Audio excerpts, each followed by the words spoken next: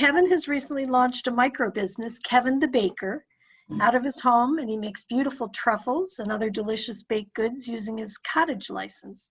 He's now in the process of exploring commercial kitchens and building his business website to take his business to the next level. So representing Kevin today is Lucille Lynch, who is the proud parent of 2 adult sons with disabilities and a co-founder of the nonprofit called Beacons in Carlsbad, California. They provide vocational, self-determination, and general advocacy training. So Lucille, if you would like to share Kevin's story. It's always important to remember that not everyone's comfortable in this type of platform, but Kevin still wanted his goals and his dreams represented. So we really appreciate you doing that, Lucille. No, it's a privilege, and Rebecca, thank you for sharing your personal story. And I think everyone here, thank you for sharing your personal story. As a parent of 2 individuals with disabilities, when you turn 22 and you leave that school district, we call that that proverbial cliff. So the stories, sharing them today, I think is helping people realize that cliff doesn't have to be downward. It can be upward and soaring like a hang glider. Thank you, everybody. So I had the honor of working with Kevin and his mom, who is just a rock star. And, I will tell you that part of this is, again, I keep thinking about that concept of intentional teaming. So I'm just going to share my screen right now and let everyone kind of get to know Kevin, and so you can kind of see a little bit about what he is all about. And he's just incredible. So let me start with that, talking about him rather than me. So Kevin, this is Kevin. Hopefully everyone can see it. I'm going to be going back and forth, so I'm not presenting my screen like the typical thing, but Kevin had this vision of being a baker. And he started out with Cheryl's group, who spoke earlier today, who recognized that this was going to be his pathway.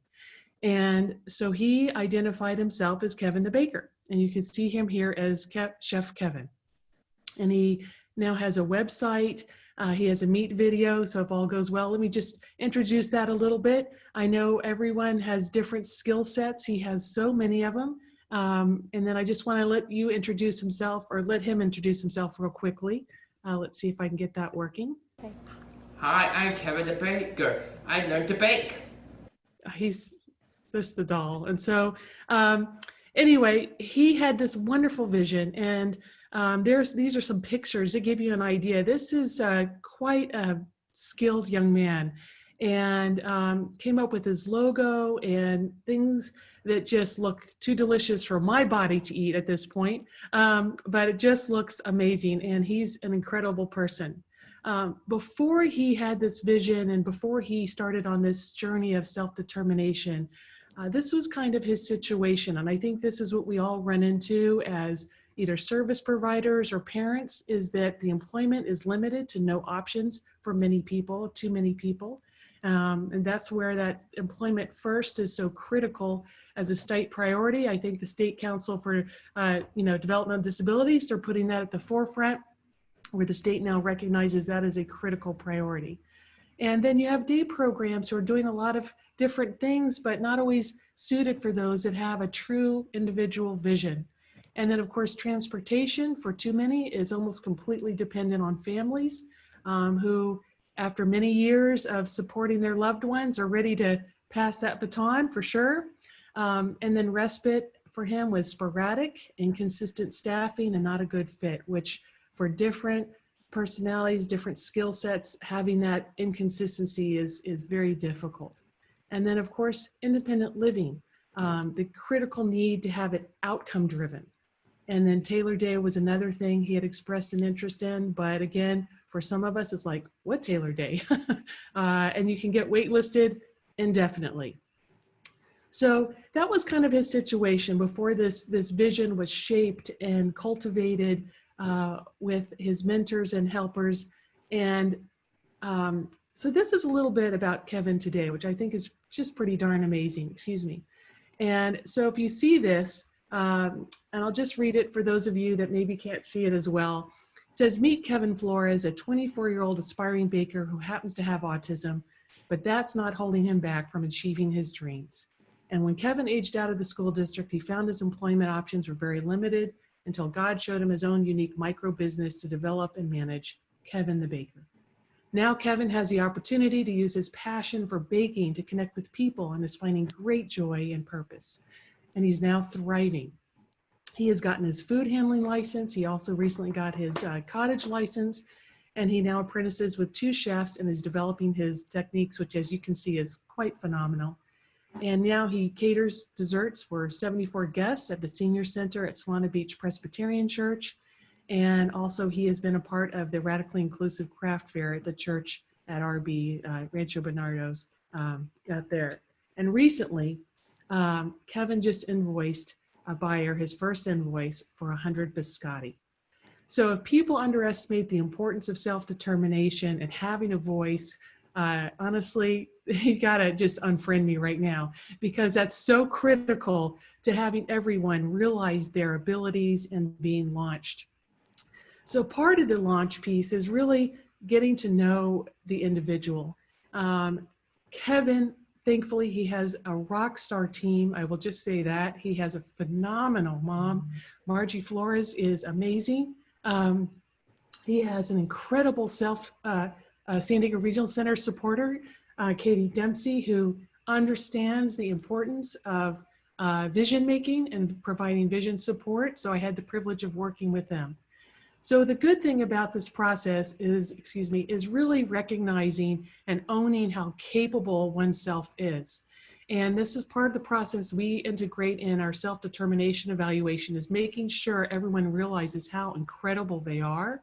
I think confidence breeds success. And so I think recognizing the skill sets to start off with are really critical. And so he has a website, he has his logo, he recognizes he's good with technology, he loves to use Google Maps to go around places and find places.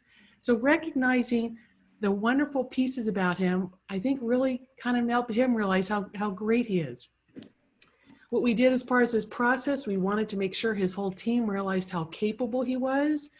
Here are numerous videos that his mom and his team at home helped us put together and shared with us. And then throughout this, part of it is recognizing, again, the capabilities. I know, Mary Ellen, one of the things I saw in one of your emails Wednesday is, talking about different quotes and talking about recognizing basically the abilities and going to the dance and being, just all of these things is all part of this discussion piece that we need to have on a daily basis. But, making Kevin, when I asked him, I said, why do you bake? He goes, you know what? It makes me feel happy. And we forget sometimes so many people in this life make choices like, Rebecca, what you shared, that make you unhappy. And how do we support those wonderful visions and pathways that help make someone happy? If they're happy, honestly, everyone feels it around them. So it's not just them feeling happy. I think it really helps all of us feel that way. So here's some things, and again, Cheryl's team helped facilitate this before he kind of got to us a little bit, and I think it was really amazing. Here he's making truffles, and the Urban Skills Center, I can't say USC because I'm from UCLA. So anyway, Urban Skills Center, there you go. I mean, it's just amazing. So what we did is really try to give him a voice. So we would bring in pictures, and then I would ask him what this was, and then I would use his words, and I would put this in there so he could really bring a voice to his pictures. And I think that was really exciting. So we did this all throughout his person-driven plan, where he talks about this and he recognizes people that are critically important to his pathway. And one of the things we did for Kevin is sometimes he can get distracted, and sometimes he struggles with that speech communication piece. So we used red prompts to kind of keep him on track and move him through the slides. And I think that was a very effective tool. Of course, his mom always, I can't do anything without her during this process because she's so incredible, but helping move him along in the slides when he did the entire presentation himself. Again, amazing. So recognizing that the capabilities are there and finding the tools to launch them is really what the discussion piece in my mind is all about. And again, valuing who they are, and how do we go about that? So I was thinking about that first episode in series 1. He's talking about the intentional teaming. And I also think it's intentional pathways, creating those teams and finding those pathways wherever they might go, and how we can do that in a healthy, constructive, fluid way to build is incredible. And I think one of the big discussion pieces is thinking about community and opportunity, not placement. And I think so much of discussions up to this kind of self-determination piece is, where can someone go? What can we do with them? And not thinking about the community concept and opportunity, which I think is just really significant. And then ultimately, what exactly is it going to take to launch that vision? We are able to launch ourselves in a lot of different ways because different people have different tools, but really making self-determination valuable and successful is really figuring out everything else that needs to come in play to launch that vision. We all have to think of ourselves as launch pads that someone else can use and go from. Part of that we always hear is the critical tools in planning. We spent a lot of planning, and Margie, who I think is on this call, will tell you we had a lot of work to do, and it was really just a wonderful experience. And so to have a person-driven plan, you have to know the person and they have to know themselves. So we not only came up with a person-driven plan, but as a parent, I will tell you, I've seen some amazing plans, but if it's not implemented, it's only as valuable as the piece of paper it's on. So part of our process is making sure we come up with an implementation plan as part of this, with scheduled meetings to constantly review and follow up to make sure everyone's on board. And if someone can't be on board, how do we find a replacement to make sure we carry that forward? We also made sure that make sure we got his team preferences to identify the traits of people he likes and dislikes, and that's in process right now, so that intentional teaming can continue to happen in a meaningful way for him. We also created one-page profiles, which I have not linked to his out of privacy to him. But it's really critical that I think coming up with those one-page profiles so people can get to see who they are. And I like to have everyone fill this out as much as possible, even if I'm serving as a scribe or they're a scribe, and making sure that they know and can share that input with people that they want to. We also, of course, have a medical information piece where we might have medications, and just making sure we record all of that.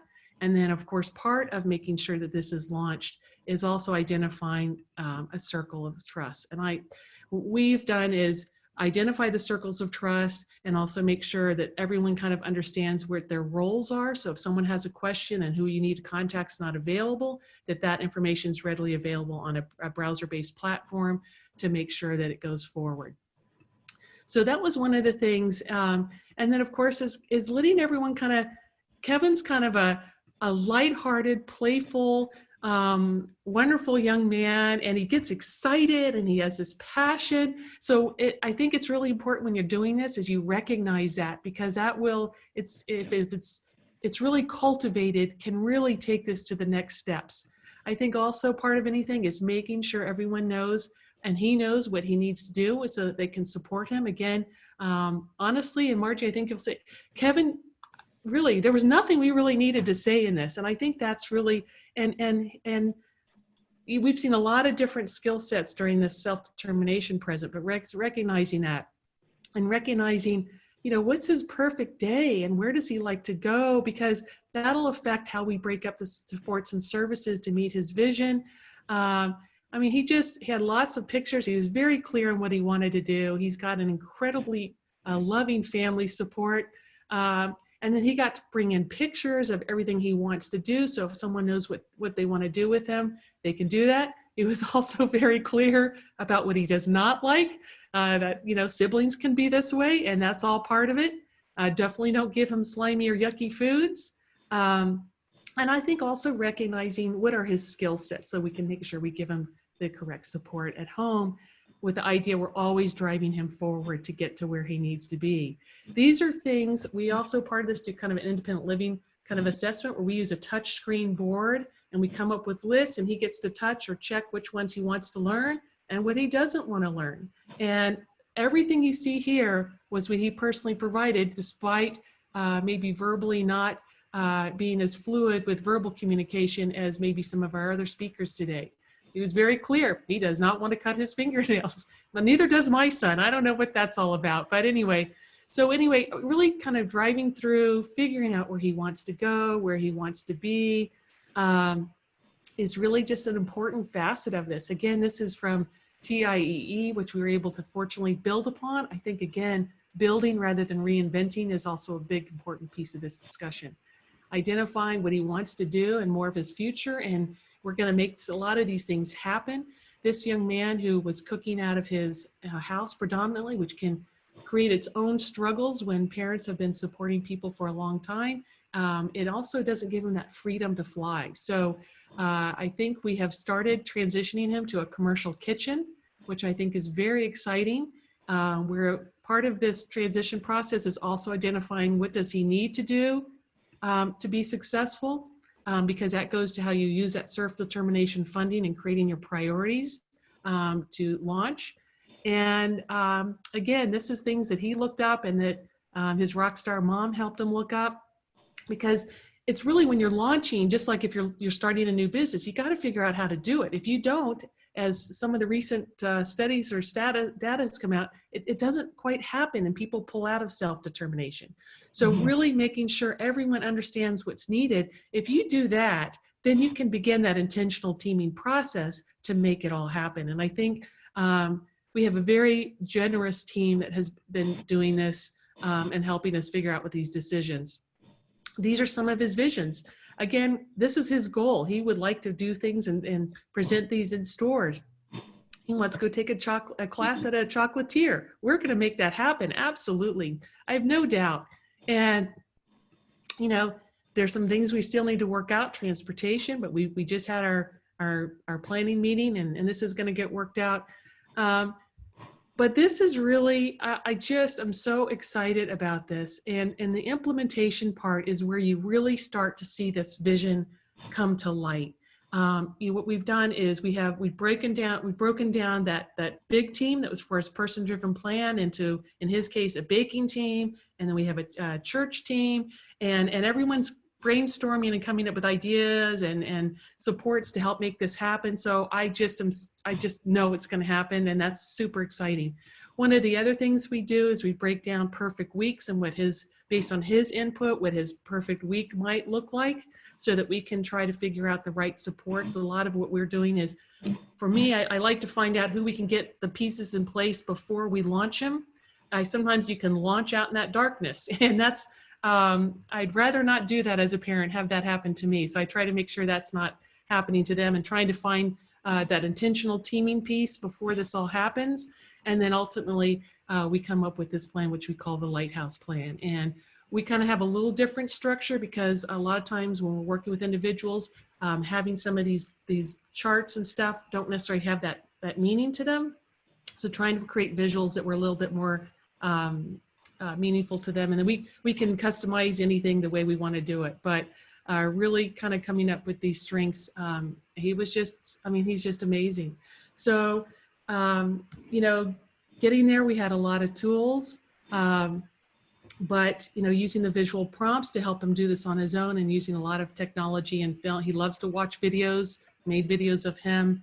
And we've also incorporated this in all of our vocational training workshops as well. So any vocational training we workshop, as parents, it was really critical to us to have a person-driven plan in it as well, so that everyone leaves there with a really strong person-driven transition plan. And that kind of goes in all of our vocational workshops that we do. And so that's about it. And anyway, it's been a real privilege to get to work with individuals and help them materialize their vision. So thank you. Wow. Thank you so much. And please thank Kevin for us. I will. He's amazing. He loves technology. He's got this passion and, it's very infectious.